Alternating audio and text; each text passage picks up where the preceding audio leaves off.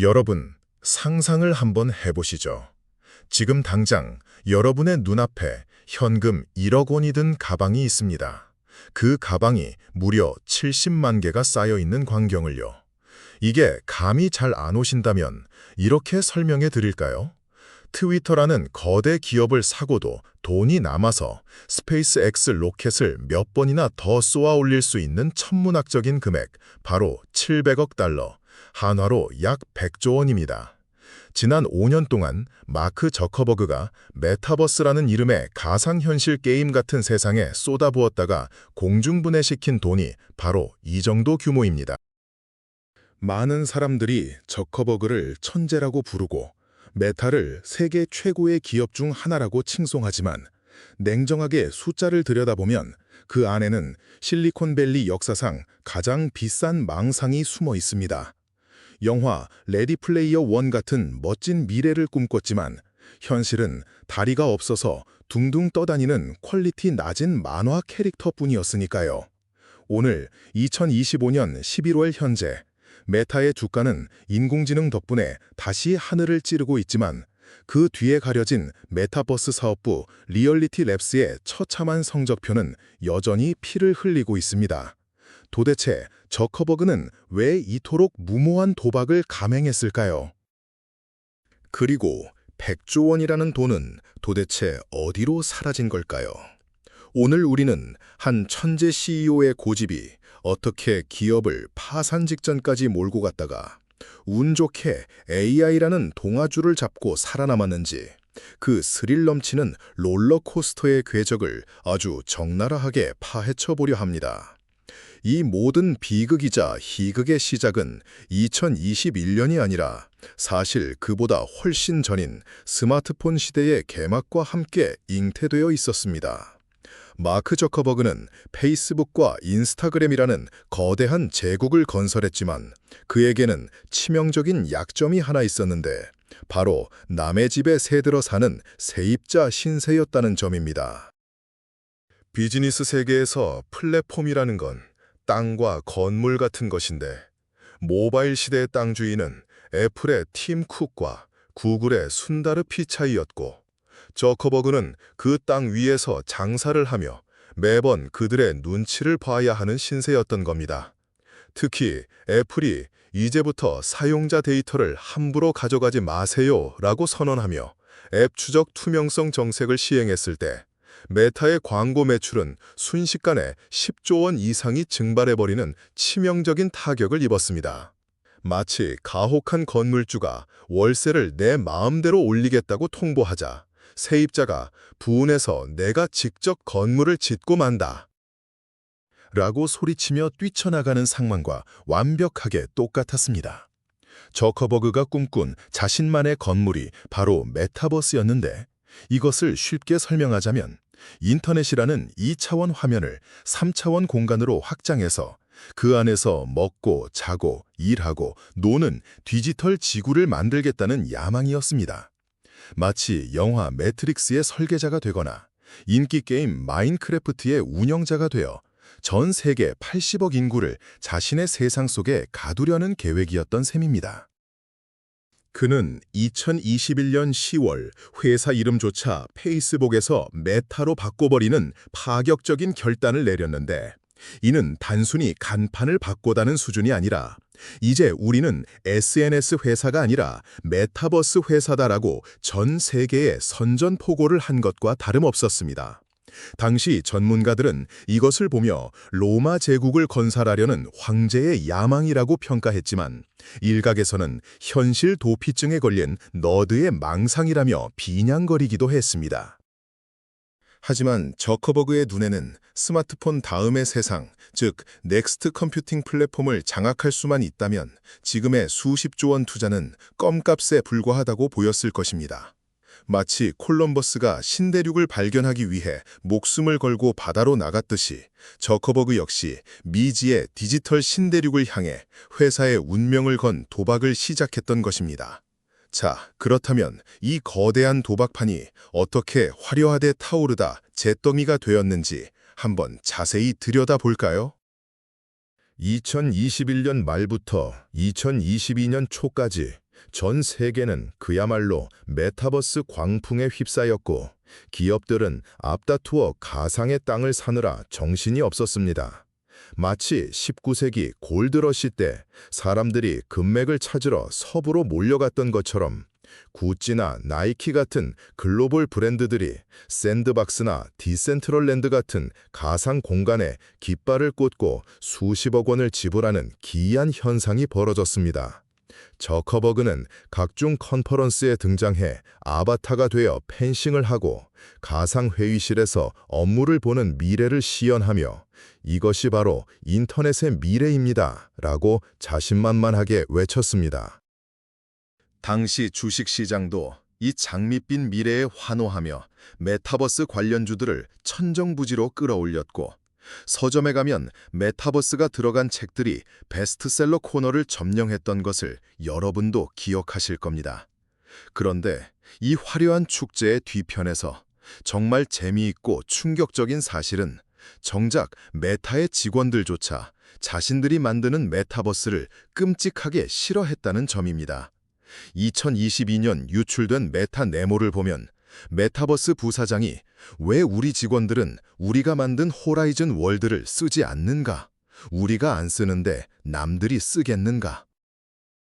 라며 직원들에게 제발 좀 접속하라고 호통을 치는 촌극이 벌어졌습니다.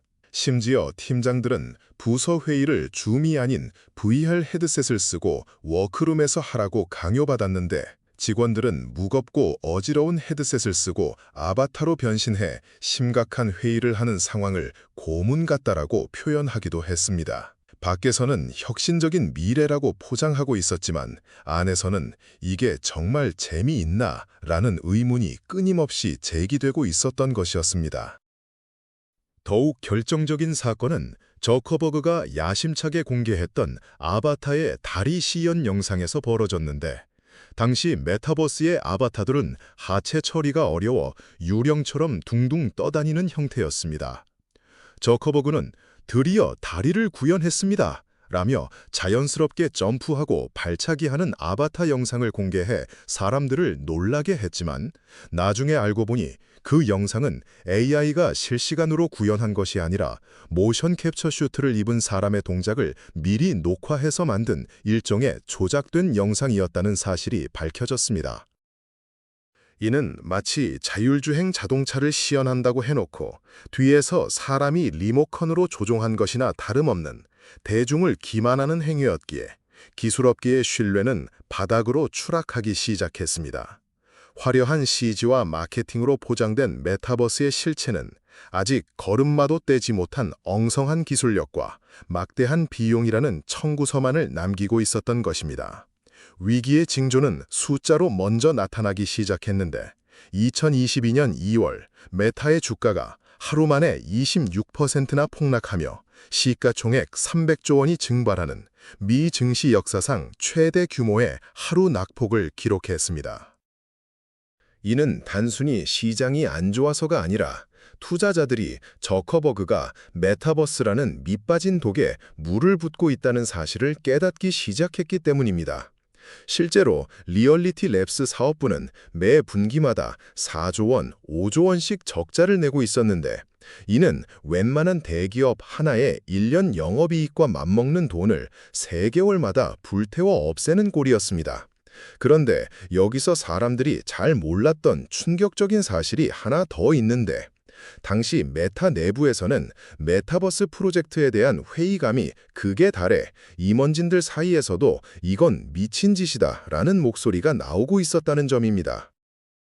전설적인 게임 개발자이자 오큘러스의 기술적 지주였던 존 카맥조차 메타의 비효율적인 개발 방식과 막대한 낭비의 환멸을 느끼고 결국 회사를 떠나면서 우리는 엄청난 인력과 자원을 가지고도 효율은 끔찍하게 낮다는 쓴소리를 남겼습니다.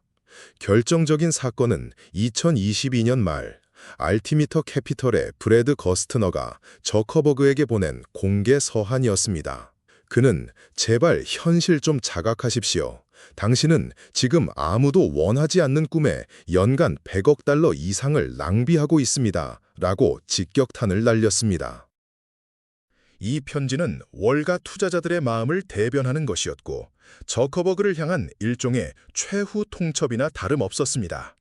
다른 경쟁사들이 경기 침체를 대비해 허리띠를 졸라매고 있을 때 메타는 직원 수를 방만하게 늘리고 수익성 없는 실험에만 몰두하고 있었는데 주주들의 분노가 폭발하는 것은 당연한 수순이었습니다. 당시 경쟁사인 틱톡은 무서운 속도로 10대들을 빨아들이고 있었고 애플은 개인정보 보호 정책으로 메타의 숨통을 조여오는데 선장은 배가 가라앉는지도 모르고 가상세계의 파티장만 꾸미고 있었던 셈입니다. 여러분이라면 내 돈을 맡겨놓은 CEO가 현실의 100조 원을 가상의 데이터 쪼가리로 바꾸고 있다면 가만히 계실 수 있었을까요? 아마 당장이라도 쫓아가서 멱살을 잡고 싶었을 겁니다. 자, 이제부터 이야기는 공포 영화의 클라이맥스로 치닫습니다. 2023년과 2024년을 거치며 리얼리티 랩스의 누적 적자는 마침내 500억 달러를 넘어 2025년 현재 700억 달러에 육박하는 천문학적인 손실을 기록했습니다. 이게 얼마나 무서운 숫자냐 하면 미국의 거대 자동차 기업인 포드나 제너럴 모터스의 시가총액 전체와 맞먹는 돈이 허공으로 사라진 것입니다. 100년 넘게 자동차를 만들어 전 세계에 판 회사들의 가치를 저커버그는 단 4, 5년 만에 아무도 쓰지 않는 가상 공간을 만드는 데 태워버린 겁니다.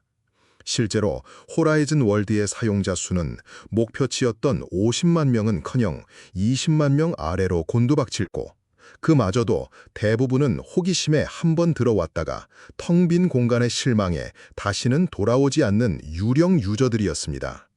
사용자가 없으니 콘텐츠가 없고 콘텐츠가 없으니 사용자가 없는 악순환, 이른바 죽음의 소용돌이에 빠져버린 것입니다.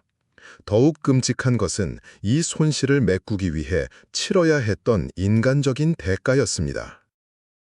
저커버그는 결국 자신의 실수를 인정하지 않을 수 없는 상황에 몰렸고 효율성의 해라는 그럴싸한 포장지로 감싼 대규모 구조조정을 단행했습니다.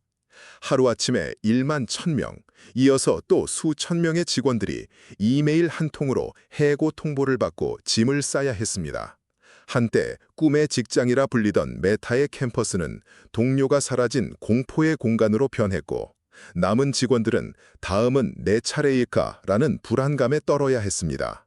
해고된 직원 중에는 출산 휴가 중이거나 막 집을 구매해 대출금을 갚아야 하는 가장들도 수두룩했습니다.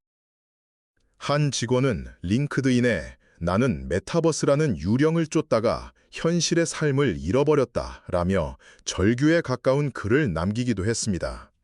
그런데 여기서부터가 진짜 무서운 이야기입니다. 이렇게 엄청난 돈과 사람을 희생시키고도 메타버스는 여전히 우리 삶에 아무런 변화도 주지 못했다는 사실입니다. 아이폰이 처음 나왔을 때처럼 세상을 뒤집지도 못했고 챗 GPT처럼 사람들을 놀라게 하지도 못했습니다. 워런 버핏은 물이 빠져봐야 누가 발가벗고 수영하고 있었는지 알 수 있다라고 말했습니다. 막대한 자금이 빠져나가고 거품이 꺼지자 드러난 것은 혁신적인 미래 도시가 아니라 앙상하게 뼈대만 남은 그래픽조차 조악한 실패한 게임의 잔해뿐이었습니다. 우리는 이 사태를 보며 한 가지 섬뜩한 진실을 마주하게 됩니다. 아무리 천재적인 리더와 무한대에 가까운 자본이 있어도 시장이 원하지 않는 제품을 강제로 주입할 수는 없다는 비즈니스의 냉혹한 법칙 말입니다. 하지만 이야기는 여기서 끝나지 않습니다. 2025년 11월 오늘 메타는 망했을까요? 놀랍게도 아닙니다. 오히려 주가는 사상 최고가를 넘나들며 부활의 찬가를 부르고 있습니다. 어떻게 이런 기적 같은 반전이 가능했을까요? 저커버그가 자신의 실수를 덮기 위해 메타버스가 아닌 또 다른 거대한 파도인 인공지능으로 재빠르게 갈아탔기 때문입니다. 그는 2024년부터 공식 석상에서 메타버스라는 단어의 사용을 극도로 자제하기 시작했고 대신 모든 문장에 AI를 집어넣기 시작했습니다. 오픈소스 AI 모델인 라마를 공개하며 개발자들의 환호를 이끌어냈고 엔비디아의 H1000 GPU를 6만 개 이상 사들이며 우리는 이제 세계 최고의 AI 회사라고 선전했습니다. 사람들은 저커버그가 메타버스라는 비싼 수업료를 내고 정신을 차렸다라고 평가하며 다시 메타의 주식을 사들이기 시작했습니다. 현재 메타의 전략은 완전히 수정되었습니다. 무거운 VR 헤드셋을 쓰고 가상세계에 갇히는 것이 아니라 가벼운 레이벤 메타 스마트 안경을 쓰고 현실 세계 위에서 AI 비서와 대화하는 증강현실로 방향을 튼 것입니다. 이제 사람들은 메타버스에서 땅을 사지 않지만 메타의 AI가 추천해주는 인스타그램 릴스를 보며 물건을 사고 있습니다. 아이러니하게도 메타를 살린 건 그들이 그토록 만들고 싶어 했던 새로운 세상이 아니라 기존의 SNS 사업에 AI라는 기름을 부어 효율을 극대화한 덕분이었습니다. 2025년의 메타는 메타버스 회사가 아니라 AI 에이전트 회사로 불리고 있습니다. 리얼리티 랩스의 적자는 여전히 연간 20조 원에 달하지만 이제 투자자들은 이를 미래를 위한 R&D 비용 혹은 저커버그의 값비싼 취미생활 정도로 눈감아주고 있습니다. 왜냐하면 본업인 광고 사업이 AI 덕분에 미친 듯이 돈을 벌어들이고 있으니까요. 이것은 애플의 비전 프로가 여전히 대중화되지 못하고 비싼 장난감으로 남은 것과 비교하면 메타가 얼마나 빠르고 영리하게 태세 전환을 했는지 보여주는 대목입니다. 만약 저커버그가 끝까지 고집을 부리며 AI 흐름을 타지 않고 가상세계 구축에만 매달렸다면 지금쯤 메타는 야후나 노키아처럼 역사의 뒤안길로 사라지고 있었을지도 모릅니다. 그는 비록 100조 원을 날린 실패자라는 오명을 썼지만 동시에 회사를 멸망의 위기에서 구해낸 생존왕이라는 타이틀도 거머쥐게 되었습니다. 하지만 우리는 기억해야 합니다. 그 생존의 과정에서 사라진 수많은 돈과 직원들의 눈물, 그리고 세상을 연결하겠다는 초기 비전이 어떻게 자본의 논리에 의해 변질되었는지를 말입니다. 자, 이제 이 긴 롤러코스터의 종착역에 도착했습니다. 우리는 마크 저커버그가 100조 원이라는 천문학적인 돈을 허공에 날리고도 어떻게 살아남았는지, 그리고 그 과정에서 무엇을 잃고 무엇을 얻었는지 지켜봤습니다. 그렇다면 이 거대한 실패와 부활의 드라마가 2025년을 살아가는 우리에게 던지는 교훈은 과연 무엇일까요? 첫째, 견제받지 않는 권력은 반드시 부패하거나 폭주한다는 사실입니다. 메타는 차등 의결권 주식 구조 때문에 저커버그가 혼자서 모든 의사결정을 내릴 수 있는 제왕적 구조를 가지고 있습니다. 그가 오른쪽으로 가자라고 하면 절벽이라도 전 직원이 달려가야 하는 시스템이 100조 원 증발이라는 참사를 낳았습니다. 만약 이사회나 주주들이 초기에 강력하게 브레이크를 걸 수 있었다면 손실은 훨씬 줄어들었을 것입니다. 이는 비단 기업뿐만 아니라 우리 사회 모든 조직에 적용되는 뼈아픈 교훈입니다.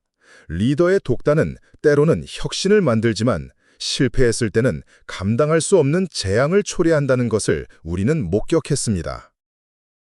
둘째, 매몰 비용의 오류에 빠지면 안 된다는 것입니다. 저커버그가 대단한 점은 자신이 쏟아부은 돈이 아까워서 끝까지 메타버스를 고집하지 않고 AI라는 새로운 물결이 오자 과감하게 배를 갈아탔다는 점입니다. 보통의 경영자라면 자신의 과오를 인정하기 싫어서라도 실패한 프로젝트를 끌고 가다가 함께 침몰했을 것입니다. 이미 쓴 돈이 얼만데 라는 생각은 미래를 갉아먹는 가장 위험한 독입니다. 냉정하게 손절매하고 새로운 기회를 잡는 유연함만이 급변하는 세상에서 살아남는 유일한 무기임을 잊지 말아야 합니다. 셋째, 기술은 인간을 향해야 한다는 진리입니다. 메타버스가 실패한 가장 큰 이유는 기술이 부족해서가 아니라 사람들이 굳이 무거운 기계를 뒤집어 쓰고 가상세계로 들어갈 이유를 만들어주지 못했기 때문입니다. 반면 AI가 성공한 이유는 우리가 귀찮아하는 검색, 요약, 창작을 대신해주는 확실한 효용을 줬기 때문이죠. 고객의 문제를 해결해주지 않는 기술은 그저 비싼 장난감에 불과합니다. 혁신은 기술자의 머릿속이 아니라 사용자의 불편함 속에서 피어난다는 사실을 명심해야 합니다. 스티브 잡스는 이렇게 말했습니다. 혁신은 리더와 추종자를 구분한다. 하지만 저는 여기에 한마디를 덧붙이고 싶습니다. 진정한 리더는 혁신에 실패했을 때조차 그것을 인정하고 다시 일어설 줄 아는 사람이다. 저커버그는 막대한 수업료를 내고 이 사실을 배웠습니다. 하지만 그 수업료의 일부는 투자자와 직원들의 피와 땀이었다는 사실도 우리는 잊지 말아야 할 것입니다. 여러분은 지금 여러분의 인생에서 메타버스처럼 헛된 망상에 투자하고 있는 것은 없으신가요? 혹은 AI처럼 새롭게 다가오는 기회를 놓치고 있지는 않으신가요? 오늘 이 이야기가 여러분의 현명한 판단에 작은 나침판이 되었기를 바랍니다. 시청해 주셔서 감사합니다. 구독과 좋아요는 더 날카로운 분석을 만드는 힘이 됩니다. 다음 영상에서 뵙겠습니다.